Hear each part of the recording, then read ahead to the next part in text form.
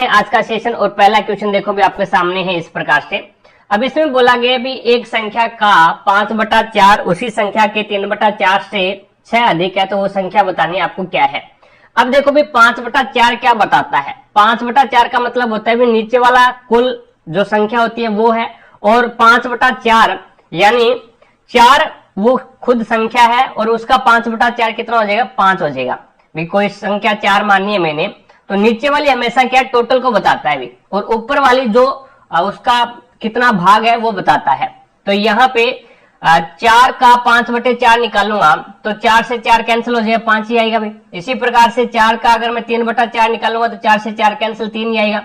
तो मैंने वो संख्या मान ली 4 है, तो 4 का 5/4 5, और उसी संख्या का 3/4 3 ही हो जाएगा। तो यहाँ पे दोनों का अंतर कितने का है, ये बोल रहा है प्रश्न में 6 है, और हमारे अनुसार दोनों का अंतर 2 आया है, तो 2 का मान 6 आ गया, तो 1 का मान कितना आ जाएगा, 3 आ जाएगा भाई। आपको पूछा क्या वो संख्या, तो 1 का मान 3 है, तो वो संख्या कितनी है, 4 है, 4 × 12। तो यहाँ पे आपके पास में राइट आंसर होगा पहला ही ऑप्शन। आगे देखो भी नेक्स्ट आपके सामने है अगला क्वेश्चन। अब इसके अंदर है वो आपको मूल ज्ञात करने हैं। द्विघात समीकरण दे रखी है आपको, √3m² प्लस में 10m और प्लस में 7√3 बराबर में 0। अब इसके आप टुकड़े कीजिएगा, टुकड़े करोगे तो जोड़ने पर तो 10m आना चाहिए, और जोड़ने और घटाने पर मल्टीप्लाई करने पर 21m² आना चाहिए। तो ये आपके पास में हो जाएगा भाई √3m² प्लस में आपके पास में कितना हो जाएगा, प्लस में आपके पास में हो जाएगा 7m कर दूं मैं, 7m प्लस में 3m कर दूं, 7 और 3 10 और 7 के 21m² प्लस में 7√3। अब देखो भी इन दोनों में कॉमन ले लो, इन दोनों में कॉमन, तो यहाँ पे कॉमन आपके पास में आ रहा है m कॉमन आ रहा है, तो बच गया कितना, √3m बच गया, और प्लस में यहाँ पे 7 बच गया। अब इसके अंदर है मैं √3 यानी 3 को √3 इंटू √3 लिख सकते हैं भी 3 है, इसको √3 इंटू √3 लिख सकते हैं ना, √3 का √3 के साथ में गुणा 3 ही रहेगा। तो यहाँ पे आपके पास में कॉमन क्या आ जाएगा, प्लस का √3 कॉमन आ जाएगा भी इसमें, ठीक है। और क्योंकि √3 और √3 यहाँ पे है और √3 यहाँ पे, दोनों में √3 कॉमन आ जाएगा, तो इसमें बच गया क्या, यहाँ पे √3 भी, एक √3 है वो कॉमन आ गया, तो √3 से √3 कैंसिल हो गया, बच गया 1 √3। तो यहाँ पे आपका m और प्लस में √3 से √3 कैंसिल, बच गया क्या, 7।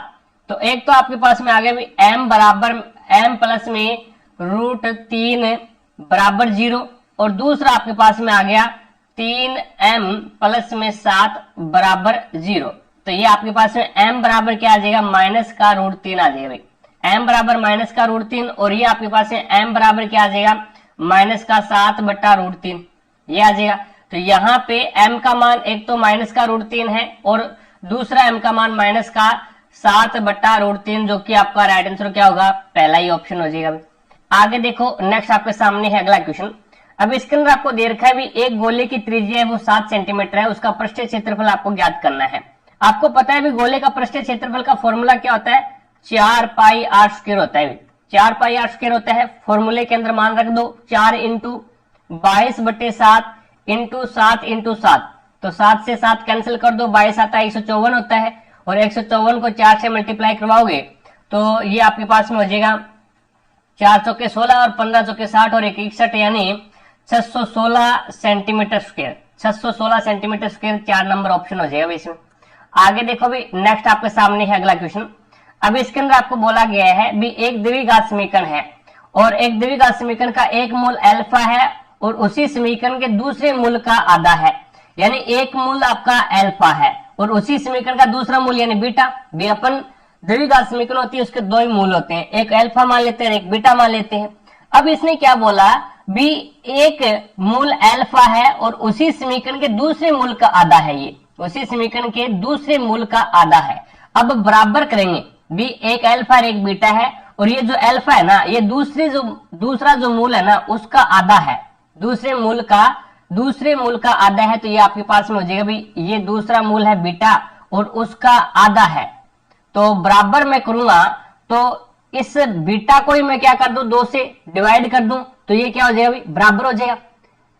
बीटा को, ये बीटा का आधा है, बीटा है ना उसका आधा है, तो अपन ये करें भी बीटा को ही क्या कर दे, डिवाइड कर दे 2 से, तो ये बराबर हो जाएगा। अब ये कंडीशन है वो बराबर होगी। अब बीटा बराबर क्या हो जाएगा आपके पास है 2, यहाँ पे क्या है गुणा में है, भाग में इधर जाएगा तो गुणा में हो जाएगा, तो बीटा बराबर आपके पास मान आ जाएगा 2 अल्फा। तो यहाँ पे बीटा का मान आपके पास 2 अल्फा आ गया, और एक आपके पास जो मूल है वो क्या है, बीटा है, अल्फा है। अब इसके अंदर द्विघात समीकरण का पोजीशन क्या होता है, वो होता है एक्स की स्क्वायर माइनस अल्फा प्लस में बीटा और इंटू एक्स, और फिर प्लस में अल्फा डॉट बीटा। ये द्विघात समीकरण लिखने का परफॉर्मा होता है भी। अब इसमें देखो भी पहले आपको अल्फा प्लस बीटा निकालना पड़ेगा और फिर अल्फा डॉट बीटा निकालना पड़ेगा। तो अल्फा प्लस में बीटा रखूं मैं, अल्फा प्लस में बीटा, तो अल्फा का मान कितना है, अल्फा ही है, और बीटा का मान आपके पास में कितना है, तो बीटा का मान 2 अल्फा है, तो 2 अल्फा रख दो। तो यहाँ पे आपके पास में अल्फा प्लस बीटा का मान कितना आ गया, 3 अल्फा आ गया अभी। ठीक है, अब आपको अल्फा डॉट बीटा भी निकालना है, तो अल्फा डॉट बीटा निकालोगे तो अल्फा डॉट बीटा निकाल लो भी। तो अल्फा का मान कितना है, अल्फा है, और बीटा का मान कितना है 2 अल्फा है, तो बीटा का मान डॉट 2 अल्फा रख दो। तो 2 अल्फा का अल्फा के साथ में गुणा करवाओगे तो ये हो जाएगा 2 अल्फा स्क्वायर। तो ये आपके पास में अल्फा डॉट बीटा का मान आ गया। तो यहाँ पे एक्स की स्क्वायर, फिर माइनस का 3 अल्फा, और फिर आपके पास में प्लस का 2 अल्फा की स्क्वायर आ जाएगा अभी।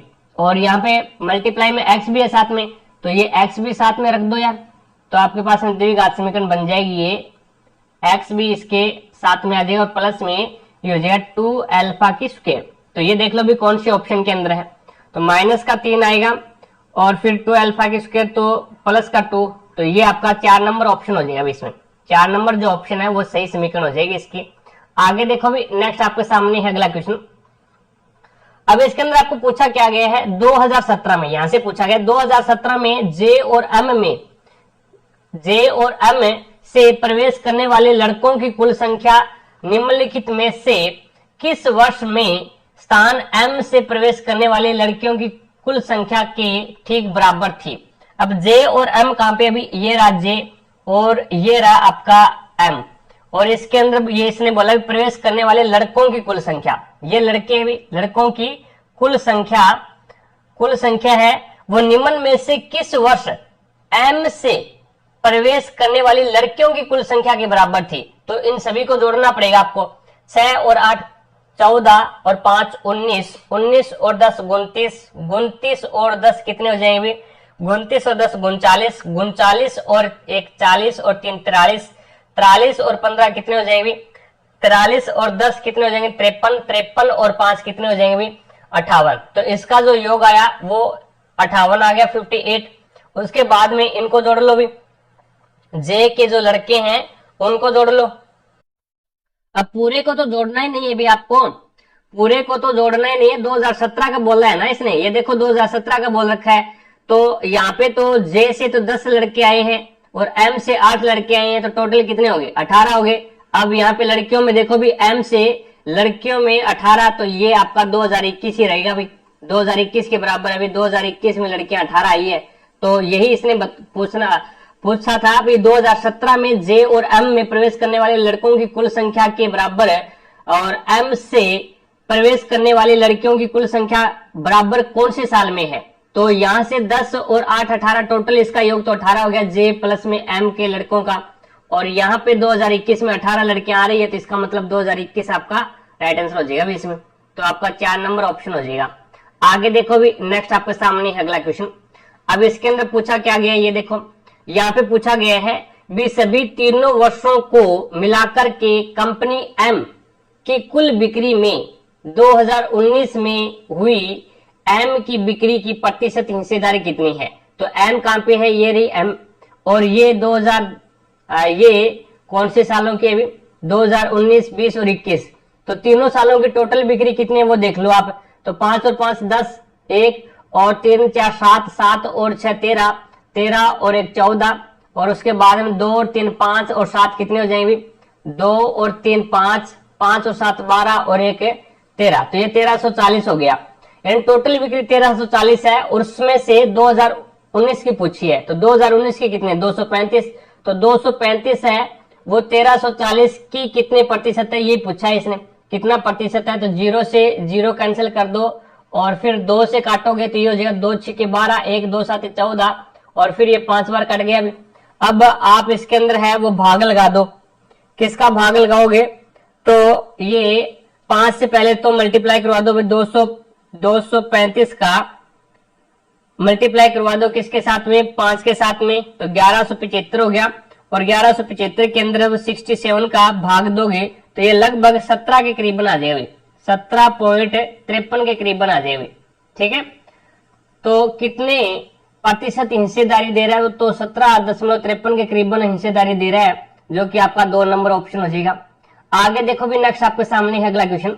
अब इसके अंदर आपको x और y का अनुपात दे रखा है, भी x का मान है वो 7 है और y का मान है वो 3 है, तो इसमें मान ही तो रखना है, आपको मान ही रखना है तो मान रख दीजिएगा x² प्लस y की स्क्वायर और अनुपात है x² माइनस y की स्क्वायर।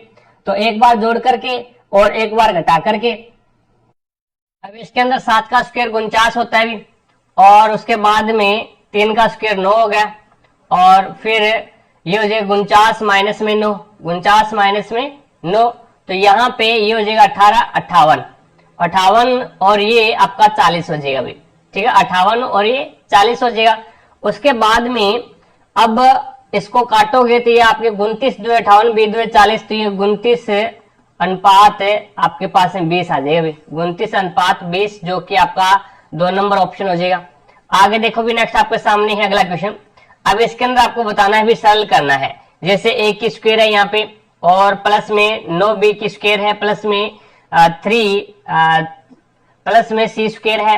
अब इसके अंदर है वो आपके पास में ये इस प्रकार से एक फॉर्मूला है, a plus b plus c का अगर मैं होल स्क्वायर करूं तो ये मेरे पास में आ जाएगा a का स्क्वायर प्लस में b का स्क्वायर प्लस में c का स्क्वायर और प्लस में 2ab और प्लस में 2bc और प्लस में 2ca, ये मेरे पास में बनेगा। तो वो यहाँ पे लिख रखा है इसने।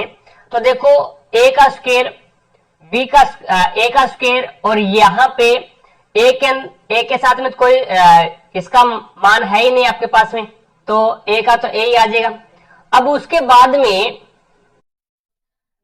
बाद में यहां से देखो भी 9b स्क्वायर है। अब ये 9b स्क्वायर कब हुआ, जब ये 3 था, 3 का स्क्वायर 9b स्क्वायर। अभी यहाँ पे देखें तो a b स्क्वायर है ना, ये b स्क्वायर है, तो इसका मतलब क्या हो गया, अभी स्क्वायर किया था हमने, स्क्वायर किया था तो ये 3 का स्क्वायर है, तो ये 3b आ जाएगा।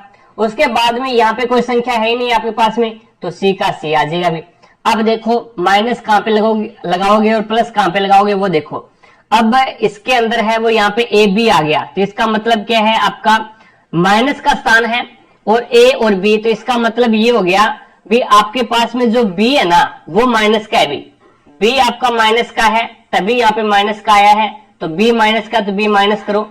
और उसके बाद में इसके अंदर देखो भी ये ए सी है, ए और सी है, तो इसका मतलब सी भी आपका क्या है, माइनस का है, सी भी आपका क्या है, माइनस का होगा भी, तभी माइनस का निशान आता है भी। एक अगर माइनस का है और एक अगर प्लस का है, एक माइनस का और एक प्लस का है तो माइनस ही होता है भी, माइनस प्लस का गुणा माइनस होता है। और इसका अपन क्या कर देंगे, फिर होल स्क्वायर कर देंगे भी। तो ये आपके पास जब ओपन करोगे तो आपके पास में मान क्या आएगा, ये आएगा A square plus 9b square plus C square minus 6ab और प्लस में बी सी और माइनस में 2ac। अब आप बोलोगे सर यहाँ पे b आपने माइनस लिया, c आपने माइनस लिया, ये देखो प्लस है 6bc है, तो देखो भी माइनस का b है और माइनस का ही आपके पास में c है, तो माइनस का b और माइनस का c दोनों मल्टीप्लाई करोगे तो माइनस माइनस प्लस हो जाएगा ना, तभी प्लस आया यहाँ पे।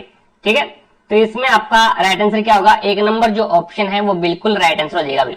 और इसने इस संक्रिया का पालन किया है। आगे देखो भी नेक्स्ट आपके सामने है अगला क्वेश्चन। अब इसके अंदर आपको बताना है भी समान लंबाई की 2 ट्रेनें समान दिशा में समानांतर पटरियों पर 56 मीटर पर सेकंड और 46 मीटर पर सेकंड की चाल से चल रही है भी। तेज गति वाली ट्रेन धीमी गति वाली ट्रेन को 26 सेकंड में पार कर जाती है, तो प्रत्येक ट्रेन की लंबाई आपको ज्ञात करनी है। दोनों की समान लंबाई है और समान ही दिशा में जा रही है, तो समान दिशा में जा रही है तो सापेक्ष चाल क्या हो जाएगी, घटेगी। सापेक्ष चाल है समान दिशा में जा रही है, सापेक्ष चाल आपकी घटेगी। तो ये जो 56 माइनस में 46, तो आपके पास में 10 मीटर पर सेकंड रहेगा, 10 मीटर पर सेकंड। अगर विपरीत दिशा में जाती है ना दो, तो आप क्या है सापेक्ष चाल को जोड़ोगे, और समान दिशा में जाती है तो आप सापेक्ष चाल को क्या करोगे, घटाओगे। लेकिन दूरी है वो दोनों में जुड़ती है, सापेक्ष अगर दोनों समान दिशा में जाते हैं तो भी जुड़ेगी, और यहाँ पे दोनों अगर विपरीत दिशा में जाती है तो भी उसकी लंबाई जुड़ेगी। तो समान, अब इसके अंदर आपको पता है भी दूरी बराबर क्या होता है, दूरी बराबर होता है चाल गुणा समय, चाल गुणा समय। अब आपके पास में समय कितना है, समय 26 सेकंड है तो 26 रख दो, और चाल कितनी है 10 है तो 10 रख दो। ये आपके पास में दूरी आ जाएगी कितनी 260, दूरी 260 आ गई। अब आपको पता है भी दूरी के अंदर है वो सापेक्ष चाल है, वो दोनों की दूरी है वो जुड़ी है, और दोनों समान है, तो इसका मतलब 2 से भाग दे दो, तो ये आपके पास में कितना आ जाएगा 130। दोनों क्या है 130 मीटर लंबी है ट्रेनें, तो आपका यहाँ पे राइट आंसर क्या होगा 3 नंबर ऑप्शन हो जाएगा। आगे देखो भी नेक्स्ट आपके सामने है अगला क्वेश्चन। अब इसने बोला भी दो धन पूर्णांकों का योगफल है वो 55 है, यदि उनके महत्तम समावर्तीय अक्षेप और लघुत्तम समावर्तीय एलसीएम क्रमशः कितने हैं, ये आपको दे रखे हैं, तो उनके व्युत्क्रमों का योगफल आपको बताना है। देखो भी व्युत्क्रमों का योगफल का फॉर्मूला क्या होता है, व्युत्क्रमों का योगफल ज्ञात करने का फॉर्मूला होता है a प्लस में b अपॉन में HCF इंटू LCM, ये होता है a प्लस बी, यानी a और b वो दोनों संख्या है, दोनों का योग ऊपर और नीचे HCF और यहाँ पे LCM आ जाएगा। तो दोनों का योग कितना है 55 है, और दोनों का 5 इंटू 120 यानी एलसीएम और HCF इसके नीचे आ गया, तो ये 11 बार कट गया, और उसके बाद में ये आपके पास में 11/120 आ जाएगा, जो कि राइट आंसर क्या हो जाएगा, ये पहला ही ऑप्शन हो जाएगा। भी आगे देखो भी नेक्स्ट आपके सामने है अगला क्वेश्चन। अब इसके अंदर आपको बताना है भी मान ज्ञात करना है। मान ज्ञात करना है तो नीचे वाले का एलसीएम ले लो, पहले इस पूरे पोर्शन का एलसीएम ले लो। आप एलसीएम लोगे तो 5 एलसीएम आएगा, इसका 5 एलसीएम आएगा, तो यहाँ पे आपके पास में इसके नीचे 1 मानोगे तो ये 5 से कम 5, और 5 और 4 9, तो ये कितना हो जाएगा 9/5 हो जाएगा, और 9/5 है तो वो 5 है वो आपका ऊपर चला जाएगा। तो इस इतने को ही मैंने क्या है सोल्व किया, भी यहीं पे सोल्व कर लिया मैंने। इस प्रकार से आप सोल्व कर कब कर पाओगे, जब आप ज्यादा से ज्यादा प्रैक्टिस करोगे। देखो दोबारा से समझो, मैंने 5 एलसीएम लिया इसका, इसके नीचे मैंने 1 मान लिया, इतने को मैं सोल्व कर रहा हूं पहले। तो 5 से कम 5 आ गया, 5 प्लस में 4 आ गया है, तो 5 और 4 9, तो ये हो जाएगा 9/5। कितना आ जाएगा 9/5, 5 यहाँ पे है नीचे, तो ये ऊपर चला जाएगा, तो ये कितना आ जाएगा 5/9 आ जाएगा। तो ये फॉर्मूला आपके पास में बन जाएगा 2/3, तो एज इट इज ही है, कोई दिक्कत ही नहीं। प्लस में यहाँ पे ये मान आ गया 5/9 का, और प्लस में माइनस में आपके पास में 5/6, एलसीएम कितना आ गया 18, तो 6 3 18 और 6 2 12, प्लस में 9 2 18 5 2 10, और माइनस में 6 3 18 5 3 15।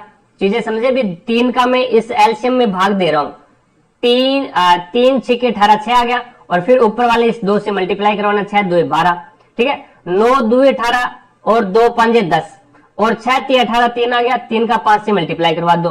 तो अब आपके पास में 22 में से 15 जाएगा, 22 में से 15 जाएगा, तो आपके पास में मान बचेगा 7/18, जो कि आपका देख लो भी कौन सा ऑप्शन है, ये ऑप्शन नंबर 3 हो जाएगा 7/18। आगे देखो भी नेक्स्ट आपके सामने है अगला क्वेश्चन। अब इसने बोला है भी मोहन को पहले वर्ष में उनकी बिक्री राशि में 12% की वृद्धि और दूसरे वर्ष में 15% की वृद्धि प्राप्त होती है, उसके साथ ही उनकी वर्तमान बिक्री है वो 1,28,800 है, तो 2 वर्ष पहले उनकी बिक्री कितनी थी, ये आपको बताना है। देखो भी 12% है, 12% को फ्रैक्शन में चेंज कर लो, तो ये हो जाएगा आपके पास में 4 3 12 और 25 चौका 16 यानी 3/25, और 15% है, इसको फ्रैक्शन में चेंज करोगे तो 5 3 15 और 3/20 ये आ जाएगा। अब देखो भी पहले बिक्री थी 25, 3 की वृद्धि होगी तो कितनी होगी, ये आपके पास में 28 होगी, और पहले बिक्री क्या थी दूसरी कंडीशन में 20 थी, और 3 की वृद्धि होगी तो ये कितनी होगी 23 होगी। अब ये आपके पास में इसने 1,28,800 दे रखा है, ये वर्तमान दे रखा है, यानी ये आपके पास में ये कंडीशन दे रखी है आपको, और पूछी क्या है तो 2 वर्ष पहले उसकी बिक्री कितनी थी ये पूछ रहा है, 2 वर्ष पहले यानी ये पूछ रहा है। तो 2 5 100 25 2 50, तो ये आपके पास में 500 हो गया, 500 और 23 का 28 के साथ में मल्टीप्लाई करोगे तो ये आपके पास मान आ जाएगा 644। तो कहने का मतलब 644 का जो मान आपने दिया वो कितना दिया, 1,28,800 दिया। तो यहाँ पे 1,28,000 और 800 के अंदर है वो आपको भाग लगाना है किसका, 1,28,800 के अंदर 644 का। तो ये आपके पास है मान कितना आएगा, ये आप 200 बार काट दोगे, 200 आपके पास है मान आ गया। यानी एक का मान कितना है, 200 है। तो आपको 500 का मान देखना है, 2 साल पहले का ये है और वर्तमान में ये है। तो आपको 500 का मान देखना है तो 500 से मल्टीप्लाई करवा दोगे। तो 500 से मल्टीप्लाई करवाओगे आप तो आपके पास में मान कितना आएगा, 1 लाख आ जाएगा। कितना आ जाएगा, 1 लाख आ जाएगा। चीजें समझे क्या, तो यहाँ पे आपका 4 नंबर जो ऑप्शन है ना वो बिल्कुल राइट आंसर हो जाएगा। आगे देखो भी नेक्स्ट आपके सामने है अगला क्वेश्चन। अब इसके अंदर है वो आपको माध्यिका ज्ञात करनी है। माध्यिका ज्ञात करनी है। उपभोग आपको क्या है, 60 कैंडिडेट 60 इलाकों का दे रखा है भी, ठीक है। यानी कहने का मतलब इसका जो योग है वो कितना है, 60 है। आपको यहाँ पे संचयी बारंबारता निकालनी पड़ेगी, सीएफ निकालना पड़ेगा। सीएफ सर जी कैसे निकालोगे, देखो ये आपका एफ है तो यहाँ पे 6 और उसके बाद 6 में ये आगे वाला 8 जोड़ दो, 6 और 8 है 14 और फिर 14 में 15 जोड़ दो 29, 29 में 20 जोड़ोगे तो 49 में 11 जोड़ोगे तो 60। ये इतना मान आपको निकालना पड़ेगा। उसके बाद में अब आपके पास में ये जो मान आया है 60 है, ये मान आया आपके पास में n का मान। n बराबर कितना है, 60 है। तो n/2 कितना हो जाएगा, 30 हो जाएगा। और 30 अब आपको संचयी आपको माध्यिका वर्ग निकालना है। तो माध्यिका वर्ग n/2 है, यानी 30 से जस्ट बड़ी संचयी बारंबारता कौन सी हो जाएगी, तो 30 से जस्ट बड़ी संचयी बारंबारता है वो आपके पास में ये हो जाएगी। ये आपका माध्यिका वर्ग हो जाएगा भाई, ये आपका क्या हो जाएगा, माध्यिका वर्ग हो जाएगा इसमें। तो यहाँ पे माध्यिका का फॉर्मूला क्या होता है, L प्लस में n/2 और माइनस में CF अपॉन में F और इंटू आपके पास में H। L यहाँ पे क्या होता है, निम्नतम सीमा होती है जो कि 80 है आपके पास में, ये देखो ये रही। और उसके बाद में प्लस में n/2 कितना है, 30 है और CF कितना है। तो जो आपका माध्यिका वर्ग है ना उससे जस्ट पहले वाली संचयी बारंबारता, तो ये जो आपका माध्यिका वर्ग है इससे जस्ट पहले वाली संचयी बारंबारता कितने है, 29 है। तो यहाँ पे CF आपके पास में 29 लेना पड़ेगा। और F कितना है, F है माध्यिका वर्ग की फ्रीक्वेंसी कितनी है, 20 है तो 20 रख दो। और इंटू H वर्ग अंतराल कितने का है, 10 का, तो 10 रख दो। 10 से कम 10, 10 2 20, तो ये आपके पास में हो जाएगा 80 और प्लस में 30 में से 29 जाएगा तो 1 बचेगा और 1 में आप 2 का भाग दोगे तो 0.5 आएगा। तो यहाँ पे 80.5 आ जाएगा भाई। इसका जो माध्यिका आएगा वो 80.5 आ जाएगा, जो कि आपका राइट आंसर देख लो भी कौन सा है। तो ये 80.5 4 नंबर ऑप्शन हो जाएगा। आगे देखो भी नेक्स्ट आपके सामने है अगला क्वेश्चन। अब इसमें दे रखा भी यदि किन्हीं आंकड़ों का माध्य 65 है और बहुलक आपको 23 दे रखा है तो मूलानुपाती सूत्र का उपयोग करके उनकी माध्यिका ज्ञात करनी है। माध्यिका, माध्य और बहुलक के अंदर एक रिलेशन होता है। क्या रिलेशन होता है, 2 माध्य प्लस में बहुलक बराबर क्या होता है, 3 माध्यिका होता है। ये इसका फॉर्मूला होता है। तो माध्य का फॉर्मूला कितना है, मान कितना है, 65 है तो 2 इंटू 65 और प्लस में बहुलक का मान कितना है, 23 है और बराबर में कितना है, 3m यानी 3 माध्यिका। तो यहाँ पे 5 2 10 और 6 2 12 और 1 13 130 में 23 जोड़ोगे तो आपके पास में कितना आ जाएगा, ये 153 बराबर में 3m। तो आपके पास है m का मान कितना आ जाएगा, 3 यहाँ पे गुणा में इधर जाएगा, भाग में 5 3 15 और 3 एकम 3 यानी m का मान माध्यिका का मान 51 आ गया, जो कि राइट आंसर क्या हो जाएगा, 3 नंबर ऑप्शन हो जाएगा। आगे देखो भी नेक्स्ट आपके सामने है अगला क्वेश्चन। ये आपका ट्रिग्नोमेट्री का क्वेश्चन है अभी। अब ये 55 नंबर क्वेश्चन ट्रिग्नोमेट्री का है और इसका हमें सॉल्यूशन निकालना है। तो अपन क्या करेंगे, अंश व हर में भाग देंगे कॉस का। तो यहां पे बन जाएगा अंश व हर में साइन का भाग देंगे, सॉरी कॉस का नहीं देंगे। तो देखिएगा यहां से साइन का भाग दे रहा हूं मैं, कॉस ए बटा साइन ए माइनस में साइन ए बटा साइन ए प्लस 1 बटा साइन ए।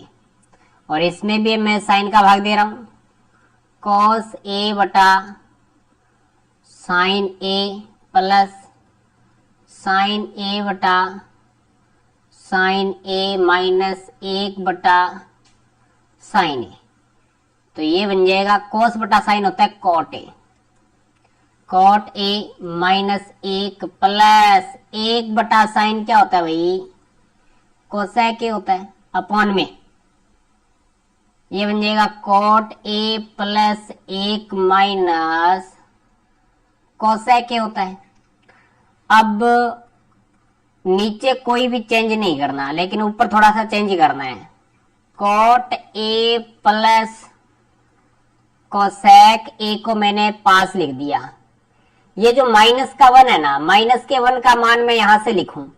अपन जानते हैं कि तीसरी सर्वसमीका होती है हमारे पास में 1 प्लस कॉट स्क्वायर थीटा बराबर होता है कोसेक स्क्वायर थीटा। तो यहां से माइनस 1 का मान क्या हो जाएगा, कोसेक स्क्वायर थीटा माइनस में 1 होता है, तो मैं लगा दूं माइनस 1 का मान यहां से निकालूंगा, तो ये बन जाएगा आपके पास में cosec square A minus cot square A. नीचे कोई भी चेंज नहीं करना, cot A plus 1 minus cosec A. ये बन गया हमारे पास में A square minus B square, एक बार प्लस में एक बार माइनस में। ओपन कर दो भाई इसको, तो एक बार प्लस में माइनस में ओपन करोगे तो प्लस वाला कॉमन आ जाएगा। क्या कॉमन आएगा, कॉट ए प्लस कोसेक के दोनों से कॉमन आएगा। यहां पे बचेगा 1 माइनस ये क्या बन जाएगा आपके पास में कोसेक ए, और minus plus cot A, upon में रिजल्ट क्या रहेगा, cot A plus 1 minus cosec A. ये दोनों देखो सह में कट गया, रिजल्ट क्या बच गया, ये बच गया cot A plus cosec A. तो cot A plus cosec A, ये आंसर आ जाएगा, ये आंसर आपके पास में आ जाएगा सेकंड नंबर। अब चलते हैं नेक्स्ट क्वेश्चन की तरफ। अगला क्वेश्चन देखो भी नेक्स्ट आपके सामने है। अब इसने बोला है भी दो समांतर रेखाएं हैं, समांतर रेखाओं का एक युग्म यानी जोड़ा है को एक तिर्यक रेखा द्वारा इस प्रकार प्रतिच्छेदित किया जाता है कि कोण 1 और कोण 2 तिर्यक रेखा के एक ही और अंतः कोण युग्म बनाते हैं। तो आपको यहाँ पे दे रखा भी यदि कोण फर्स्ट है उसका मान 35 डिग्री है तो कोण सेकंड का मान क्या है। देखो अब इसके अंदर दो समांतर रेखाएं हैं इस प्रकार से, और इसको कोई तिर्यक रेखा इस प्रकार से कट कर दिया, तो ये कोण फर्स्ट है और ये कोण सेकंड है। ठीक है, अब यहाँ पे कोण फर्स्ट का मान तो आपको 35 डिग्री दे दिया और कोण सेकंड का मान आपको ज्ञात करना है। हमेशा याद रखना समांतर रेखाओं, जब समांतर रेखाओं को कोई तिर्यक रेखा काटती है तो समांतर रेखाओं के मध्य बनने वाले कोण का योग कितना होता है, बनने वाले कोणों का योग है वो कितना होता है 180 डिग्री होता है। दो समांतर रेखाओं को कोई तिर्यक रेखा कट करती है तो समांतर रेखा के अंदर, समांतर रेखा के बीच, दोनों समांतर रेखाओं के बीच में बनने वाले कोण का योग कितना होता है 180 डिग्री होता है। आपको पता है भी एक 35 आ गया, दूसरा कितना आएगा, तो 180 में से 35 माइनस कर दो तो 5, और यहाँ पे आपके पास 17 145 डिग्री, ये कितना आ जाएगा दूसरा 145 डिग्री आ जाएगा भाई। तो यहाँ पे आपका राइट आंसर होगा 3 नंबर ऑप्शन। आगे देखो भी नेक्स्ट आपके सामने है अगला क्वेश्चन। अब इसने बोला है भी 10 वर्ष पहले एक पुत्र की आयु उसके पिता की आयु के 1/8 के बराबर थी और उसकी आयु उसके पिता की वर्तमान आयु के 9/37 के बराबर है। तो आपको बताना है पिता की वर्तमान आयु क्या है। अब देखो भी ये तो पिता है और ये पुत्र है। अब इसने बोला भी 10 वर्ष पहले एक पुत्र की आयु एक पिता की आयु के 1/8 के बराबर थी भी। तो पुत्र की आयु है वो पिता की आयु के 1/8 के बराबर थी। तो यहां से अगर अपन में बात करें तो पिता की आयु कितनी मान लो भी, पिता की आयु में 8 मान लूं तो पुत्र की आयु कितनी हो जाएगी, 1 हो जाएगी। तो ये पिता की आयु है 8 और पुत्र की आयु कितनी हो जाएगी, 1 हो जाएगी भी। 8 का 1/8 निकालें भी, जैसे अपन ने पहले क्वेश्चन में किया था भी 1/8 है। तो ये नीचे वाला है ना वो तो है टोटल, और ऊपर वाला है वो बताएगा आपको भाग कितना है। भी यहाँ पे इसने बोला भी पुत्र की आयु पिता की आयु का 1/8 है, तो यहाँ पे पिता की आयु 8 होगी तो पुत्र की आयु 1 आ जाएगी। दूसरी बात इसने बोली है भी उसकी आयु उसके पिता की वर्तमान आयु के 9/37 के बराबर है, तो उसके पिता की वर्तमान आयु कितनी मान लो 37 मान लो, तो 9/7 के बराबर है, 9/37 के बराबर है, तो यहाँ पे उनका ये मान कितना आ जाएगा 9 आ जाएगा भाई। अब ये अनुपात अपने हिसाब से तो ये बराबर नहीं है ना भी, ये 10 साल पहले का है और ये वर्तमान है, ये वर्तमान है, तो यहाँ पे तो इनके बीच का जो अंतर आ रहा है वो कितने का 8 का आया, और यहाँ पे इनके बीच का अंतर है वो बहुत ज्यादा आ रहा है, तो इससे अंतर को है वो आपको सही करना है, अनुपात को सही बनाना है। अनुपात को सही बनाना है तो ऊपर वाला अनुपात का अंतर देखो कितने का है 7 का है, नीचे वाले अनुपात का अंतर देखो भी कितने का है, तो ये आपके पास में 37 में से 2, तो ये आपके पास में 28, नीचे वाले अनुपात का अंतर 28 है, तो ये नया जो अनुपात आपके पास में आएगा तो ये आ जाएगा 28 को 8 से मल्टीप्लाई कर दो भी, 28 इंटू 8, तो ये आपके पास में 224 कितना आएगा 224 अनुपात 28 को 1 के साथ में गुणा करोगे तो 28, और ये तो आपके पास में 10 साल पहले का, और फिर 7 से मल्टीप्लाई करोगे 37 को, तो 37 इंटू 7, तो ये आपके पास में कितना आ जाएगा 259 अनुपात में, और 9 के साथ में मल्टीप्लाई करोगे तो ये आ जाएगा 63। ठीक है, अब इनके बीच के अंतर देख लो भी, इनके बीच का अंतर देख लो भी सेम ही है। ठीक है, 63 के अंदर से आप 63 में आप माइनस करोगे 28 माइनस करोगे 28 तो कितना आएगा 35 आएगा भी, बीच का अंतर 35, और इधर अपन बात करें तो भी 35 ही आएगा भी, इधर भी क्या आएगा 35 आएगा। तो हमारे अनुसार तो अंतर क्या है 35 का है, लेकिन प्रश्न में 10 साल पहले का ये दे रखा है, ये वर्तमान का है, तो इसका मतलब 35 का मान कितना आ गया 10 आ गया, तो 1 का मान कितना आ जाएगा तो 10/35 आपको मान क्या चाहिए, तो पिता की वर्तमान आयु, तो पिता की वर्तमान आयु का अनुपात कितना है 200 इंटू 259 259, तो यहां से आप इसको 7 से मल्टीप्लाई कर दो, 7 से अगर काटोगे तो 7 से कट जाएगा क्या ये, तो ये कट जाएगा 7 5 35 है, और ये 7 से एक बार कट जाएगा 7 या 21, ये कट जाएगा आपका 7 या 21, 7 या 21 बच गया कितना भी 4 7 7 49, और फिर 5 2 10, और 37 2 कितने हो जाएंगे भी 37 2 आपके पास में 74 हो जाएंगे भी, तो यहाँ पे कितना आ जाएगा 74 साल का आ जाएगा वो, जो कि आपका राइट आंसर होगा 4 नंबर ऑप्शन। चीजें समझ में आई क्या? आगे देखो भी, नेक्स्ट आपके सामने है अगला क्वेश्चन। अब इसमें आपको बताना भी पाइप ए पाइप बी से 3 गुना तेज है, दोनों पाइप एक साथ मिलकर के टंकी को 36 मिनट में भर देते हैं, तो अकेले पाइप ए उस टंकी को भरने में कितना समय लगेगा भाई। ये पाइप है ए है और ये पाइप बी है, आपको यहाँ पे क्या दे रखा है 3 गुना तेज है, तो ये आपको क्षमता दे रखी है अभी उनकी, ए पाइप है ना वो बी से 3 गुना तेज है, तो अगर मैं बी को 1 मान लूं तो ए है वो कितना हो जाएगा 3 हो जाएगा। तो कहने का मतलब ये है भी पाइप ए की क्षमता, ये क्षमता आ गई इनकी।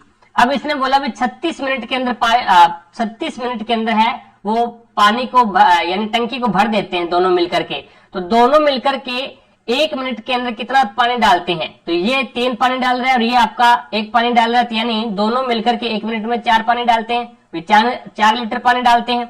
तो यहाँ पे 4 × 36, तो ये 4 × 36 आया है, ये क्या आया है, तो ये टंकी की धारिता आ गई, टंकी की धारिता आ गई। आपको पूछा क्या था, अकेले पाइप ए उस टंकी को कितने में भरेगा, तो अकेला पाइप ए है वो 1 मिनट के अंदर 3 लीटर पानी डालता है, तो 4 × 36 लीटर पानी कितने में डालेगा, मल्टीप्लाई नहीं करूंगा डायरेक्ट काटेंगे, तो अपॉन में 3 कर दो भी, तो यहाँ पे 3 और ये 12 बार चला गया, 12 चौके 48, तो 48 मिनट के अंदर है वो आपका पाइप ए भर देगा टंकी को, जो कि पहला ही ऑप्शन हो जाएगा।